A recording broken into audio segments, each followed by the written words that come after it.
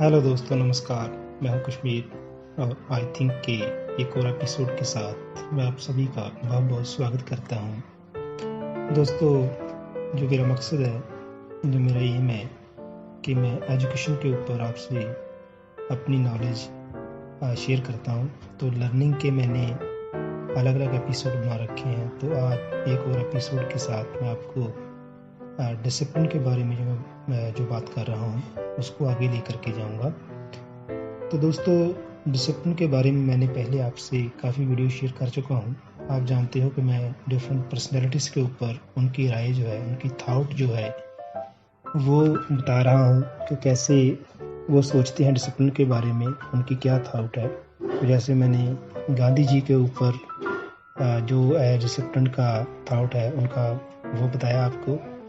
उससे पहले मैंने आपसे रविंद्रनाथ टैगोर जी का थाट बताया था। तो दोस्तों, आज उसी कड़ी में मैं आपको डॉक्टर जाकिर हुसैन जी, जो हमारे प्रेसिडेंट थे, उनके बारे में बताऊंगा कि उनकी जो थिंकिंग है एजुकेशन के ऊपर वो कैसी है और क्या सोचते थे एजुकेशन के बारे में, और डिसिप्लिन के बारे में ख़ास तौर पर जो हमारा एम है, जो हमारा टॉपिक है, क्या व्यू है, उसके बारे में डिटेल में बात करूँगा।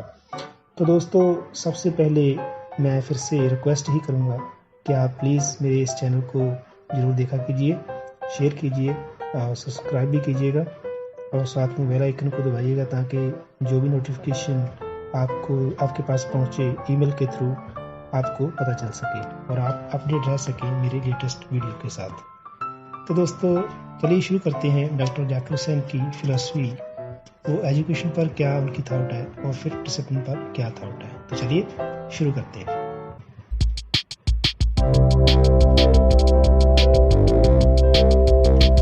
दोस्तों, सबसे पहले ये जान लेते हैं कि डॉक्टर जाकिर हुसैन जी थे, वो उनकी पैदाइश कहाँ हुई थी और उनकी एजुकेशन कहाँ तक थी और उनका जो एजुकेशनल सफ़र था और जो उनका सोशल सफ़र था वो कैसा था, उसके बारे में बात करते हैं। तो सबसे पहले दोस्तों, वो पैदा हुए थे 8 फरवरी 1897 को 1897 में हैदराबाद, जो कि आंध्र प्रदेश में है, वहाँ पैदा हुए थे।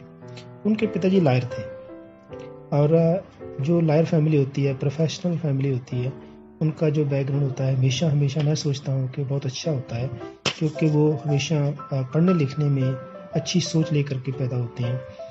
तो उनकी जो एजुकेशन थी वो इस्लामिया हाई स्कूल अटावा, जो यूपी में है, वहाँ हुई थी। तो आप जानते हैं कि काफ़ी मशहूर उस समय का जो था, जो स्कूल था, और कुछ बच्चे ही अच्छी शिक्षा वहाँ से लेकर के निकल पाते थे। काफ़ी स्ट्रिक्ट उनका जो था डिसिप्लिन था वहाँ का। तो बाद में वो अलीगढ़ में चले गए। वहाँ मोहम्मदीन एंग्लो ओरिएंटल कॉलेज था वहाँ पर अलीगढ़ में। उन्होंने 1922 में उन्होंने पीएचडी वहाँ से की इकोनॉमिक्स में, और फिर वो यूनिवर्सिटी ऑफ बर्लिन से की उन्होंने इकोनॉमिक्स की डिग्री। तो जब वो 29 साल के थे, 29 ईयर के थे, तो 1926 में वाइस चांसलर बने वो जामिया मिलिया यूनिवर्सिटी के। तो 1948 में वो वीसी बन गए वहाँ के अलीगढ़ मुस्लिम यूनिवर्सिटी के। और 97 में हमारे हमारे प्रेसिडेंट जो थे वो बन गए। तो उनकी बहुत सारी जो पब्लिकेशन थी, बहुत सारी बुक्स उन्होंने लिखी थी। उनमें से कुछ बुक्स मुझे याद है, मैं आपसे शेयर करता हूँ।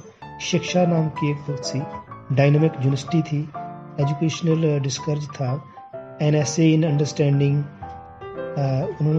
ये मेन कुछ उनकी बुक्स थी पब्लिकेशन की जो उन्होंने करवाई थी। तो दोस्तों, बात कर लेते हैं कि एजुकेशन के ऊपर डॉक्टर जाकिर हुसैन जी का क्या व्यू था। दोस्तों, वो हमेशा ही डॉक्टर जाकिर हुसैन जो थे काफ़ी लिबरल सोच के मालिक थे, और वो हमेशा सोचते थे कि जो एजुकेशन है वो एक जैसे सांस हमारी आती है, लाइफ ब्रीथ समझते थे इसको। लाइफ ब्रीथ का मतलब होता है जैसे हमारी सांस आती है जाती है, तो एजुकेशन भी वैसे ही है। जस्ट मीनिंग टू से कि हम जैसे सांस के बगैर जिंदा नहीं रह सकते, वैसे ही दोस्तों एजुकेशन के बगैर इंसान मुर्दा है, इंसान डेड बॉडी है। तो आप चाहे समझ लीजिए कि उनकी सोच एजुकेशन पर कैसी थी। तो दूसरी बात वो करते थे कि जो एजुकेशन है ये एक कंटिन्यूइंग प्रोसेस है। कंटिन्यूइंग प्रोसेस क्या होता है, ये नहीं है कि स्कूलिंग की, कॉलेजिंग की, यूनिवर्सिटी की तो आप प्रोफेशनली कहाँ पर सेट हो गए तो आपकी एजुकेशन खत्म हो गई। वो ये नहीं चाहते थे, वो चाहते थे कि एजुकेशन एक कंटिन्यू प्रोसेस बना रहे। उसके तहत वो ये बात करते थे कि शिक्षा के बाद, प्रोफेशनली शिक्षा के बाद या एकेडमिक शिक्षा के बाद भी हम जो है लगातार सीखते रहते हैं और यही हमारे जीवन का लक्ष्य भी होता है। तो एजुकेशन डेवलपमेंट की बात भी वो करते हैं। एजुकेशन डेवलपमेंट कैसे कि जरूरी नहीं कि आपने जो सीखा वहीं तक कि आप सीमित हो, आपके अंदर और बाहर डेवलपमेंट आनी चाहिए। इंटरनली भी आप डेवलप होनी चाहिए और बाहरी तौर पे आप, चाहे वो आप पैसा कमाने के लिए हो, दूसरा का भला करने के लिए हो, तो आप सोशली भी और इकोनॉमिकली भी आप फिट और डेवलप हो गए हो, तभी एजुकेशन का मकसद कंप्लीट होता है। ठीक है जी। तो दूसरा टर्म वो करते थे कि एजुकेशन जो है वो एजुकेटेड मैन किसे कहते हैं। चलो ये बात कर लेते हैं कि एजुकेटेड मैन क्या होता है। तो उन्होंने बहुत ढूंढाई से कीनली इस बात को ऑब्जर्व किया था कि एजुकेटेड मैन एक्चुअली में होता क्या है, किसे कहते हैं एजुकेटेड मैन। तो कुछ पॉइंट उन्होंने बताए थे कि एजुकेटेड मैन को पहचानना हो तो वो कैसे पहचानेंगे। तो सबसे पहले वो कहते थे कि इंटेलेक्चुअली वो सारे के तरह हॉरिजेंटल वे हो उसका सोचने का। हॉरिजेंटल वे क्या होता है कि एक स्तर के ऊपर हार्मनी पैदा करके दूसरों की डिग्री ऑफ इंटेलेक्चुअल भी पहचाननी और अपने इंटेलेक्चुअल से उसको उस अनुसार ही देखना, परखना और उसके अनुसार ही काम करना। दूसरी बात, एजुकेटेड मैन की क्या पहचान बताते थे कि एजुकेटेड मैन जो होता है वो ओपन माइंडेडनेस उसमें होती है, बिल्कुल खुले दिमाग का होता है। खुले दिमाग का मतलब क्या है कि हर पक्ष को देख करके वो डिसीजन लेता है। ये नहीं होता है कि एक बात को देख करके वो नेगेटिव हो गया, दूसरी बात को देख करके वही उसी बात पे पॉजिटिव हो गया। तो ऐसा नहीं है, वो ओपन माइंडेडनेस के साथ काम करता है, उसे एजुकेटेड पर्सन को बोलते थे। तीसरी बात जो एजुकेटेड पर्सन की वो बताते हैं कि एजुकेटेड पर्सन किसको मानना चाहिए, उसमें पॉजिटिव एटीट्यूड होना चाहिए। एक्चुअली हमने देखा है कि हम नेगेटिव चीज़ को देख करके नेगेटिव हो जाते हैं, पॉजिटिव को देख कर पॉजिटिव हो जाते हैं। तो ऐसा वो कदे नहीं चाहते थे। वो कहते थे कि एजुकेटेड पर्सन की पहचान ही यही है कि वो किस परिस्थिति में कैसा नजर आता है। अगर नेगेटिव परिस्थिति है तो तभी भी वो पॉजिटिव होना चाहिए, अगर पॉजिटिव है तो उसको तभी भी पॉजिटिव ही रहना चाहिए। तो ये एक पहचान है एजुकेटेड पर्सन की। तो उसमें नेक्स्ट बात वो करते हैं, एजुकेटेड पर्सन की पहचान क्या है। वो कहते हैं कि उसमें वैल्यू एस्टिमेशन होना चाहिए, सभी की वैल्यू को उसको आंकना आना चाहिए। इसका मतलब ये है कि कोई इंसान अगर गंदे कपड़े पहनता है तो ये बात जरूरी नहीं कि वो अच्छी बात नहीं कर सकता, अच्छी सोच नहीं रख सकता। एक गरीब है तो ये हो नहीं सकता कि वो एक बिजनेसमैन नहीं बन सकता। एक आदमी जो है उसकी सैलरी कम है तो ऐसा नहीं हो सकता कि वो काम कम कर रहा है। तो ये सोचने का नजरिया है। तो यही वो चाहते थे कि इंटरनली और एक्सटर्नली वैल्यूज जो होती हैं उनमें वो एस्टिमेट कर सके, उनका अंदाजा लगा सके। तो ये था दोस्तों डॉक्टर जाकिर हुसैन जी का एक व्यू एजुकेशन के ऊपर कि एजुकेशन के बारे में उनकी क्या सोच थी। तो दोस्तों जो हमारा मकसद है उस पर आ जाते हैं, जो हमारा मेन मोटिव है जिस पर हमें बात करनी है आज, तो वो है डिसिप्लिन। तो दोस्तों कुछ पॉइंट उन्होंने निकाले हैं जो मैंने एकत्र किए हैं कि डॉक्टर जाकिर हुसैन क्या सोचते थे कि डिसिप्लिन एक्चुअली में होता क्या है, डिसिप्लिन कैसा होना चाहिए।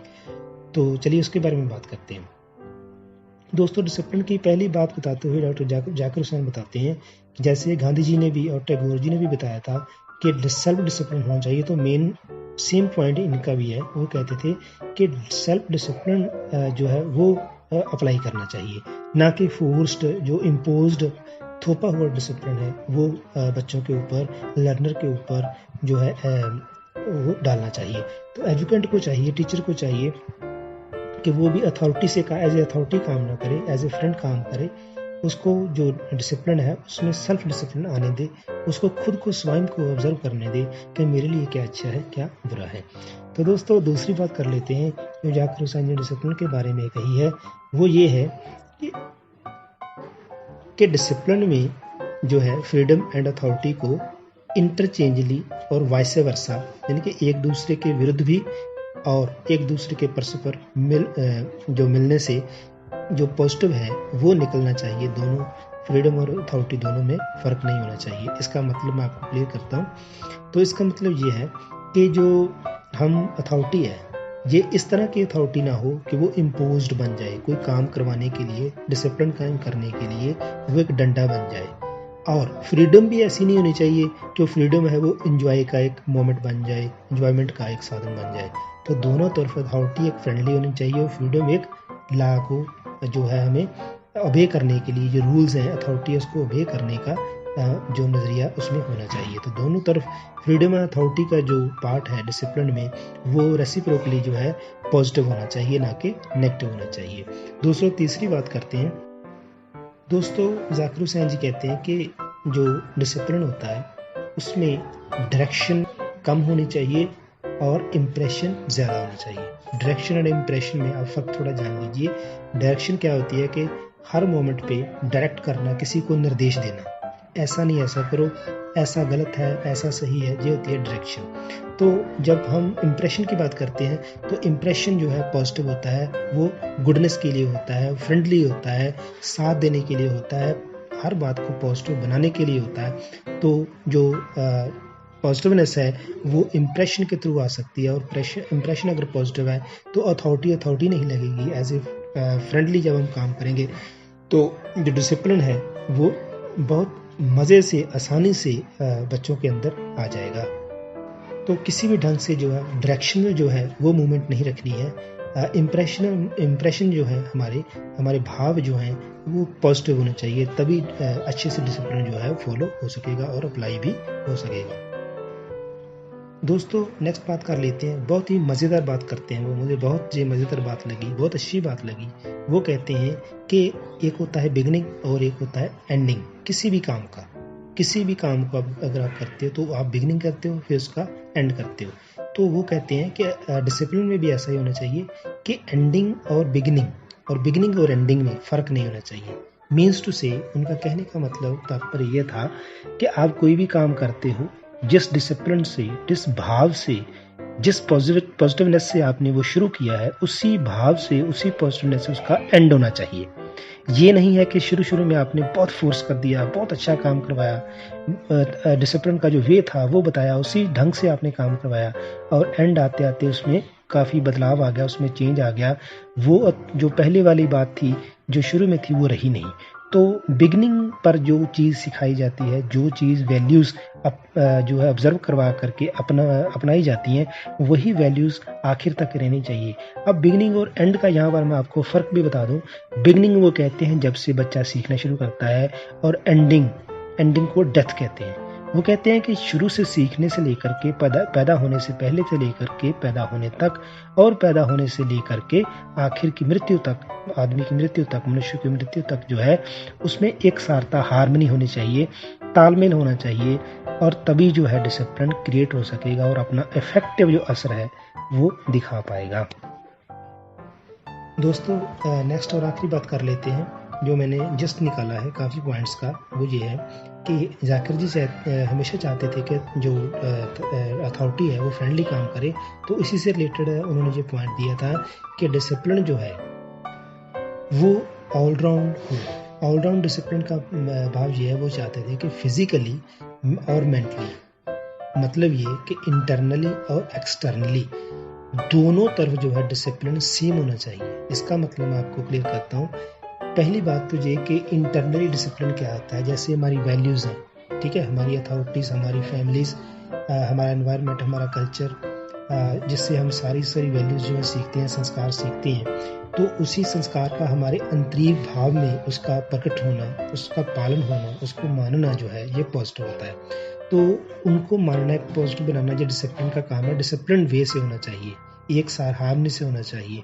और दूसरी बात वो करते हैं एक्सटर्नल की, बाहरी तौर पर क्या है कि जब हम इसे अप्लाई करते हैं, हम दूसरों के साथ बात करते हैं, एटीट्यूड हमारा जो होता है, मेनली एटीट्यूड, बिहेव, और दूसरों से परस्पर हमारा जो मिलन होता है, हमारा सोसाइटी से मिलना, हमारा कम्युनिटी से मिलना, हमारा परिवार से क्या रिश्ता है, परिवार के साथ क्या स्वभाव, कैसा मिलना है, ये सारे का सारा इस भाव में आता है।